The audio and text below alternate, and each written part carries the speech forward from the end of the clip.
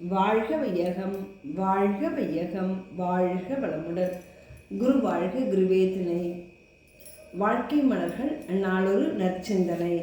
தவமும் அறமும். தவத்தையும் அறத்தையும் நீங்கள் மிக சுலபமாக பற்றி செல்லும் முறையினை இப்பொழுது உங்களுக்கு சொல்லுகின்றேன். தவம் எதற்காக என்றால் இறையுணர்வு பெற்று இறைவனோடு உறைவதற்காக.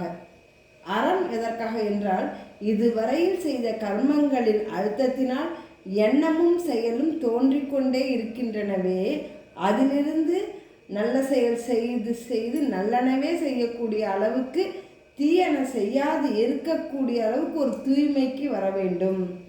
மன தூய்மை தவத்தினால் வரும், வினை தூய்மை செயலினால் வரும், நல்ல செயல் அறத்தினால் வரும். அதனால் இது வேண்டும். இந்த இரண்டையும் ஒருங்கே பார்ப்பதற்கு என்ன வேண்டும்? இந்த காலத்திற்கு வேண்டியது அதுதான். அந்த அறம், தவம் இவற்றை வைத்துத்தான் இதுவரையில் இந்த உலகத்திலே ஏற்பட்ட மதங்களெல்லாம் அமைந்துள்ளன.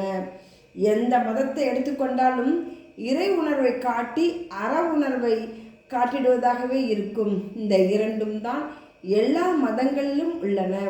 இறை உணர்வுக்கு இறை வழிபாடு, உலக மக்களோடு தொடர்பு கொண்டு இனிமையாக, அதாவது ஆங்கிலத்தில் ஹார்மோனி என்று சொல்லுகின்றோமோ அவ்வாறு வாழ்வதற்கு என்ன வேண்டும்? ஒழுக்கம், கடமை, ஈகை என்ற அறம் வேண்டும். இந்த அறநெறி உலக வாழ்க்கைக்கு அவசியம். தவநெறி, உளப்பயிற்சி, அறிவு மேன்மை, இறைவனை அடைய இவை வேண்டும்.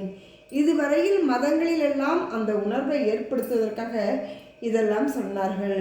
இப்பொழுது அதைவிட இன்னும் இந்த விஞ்ஞான யுகத்திலே மிகவும் சுருக்கமாக தெரிய வேண்டுமானால் என்ன, அந்த செயலிலேயே சிவனை காணலாம். அருட்தந்தை வேதாத்ரி மகரிஷி அவர்கள் வாழ்க வளமுடன். நன்றி.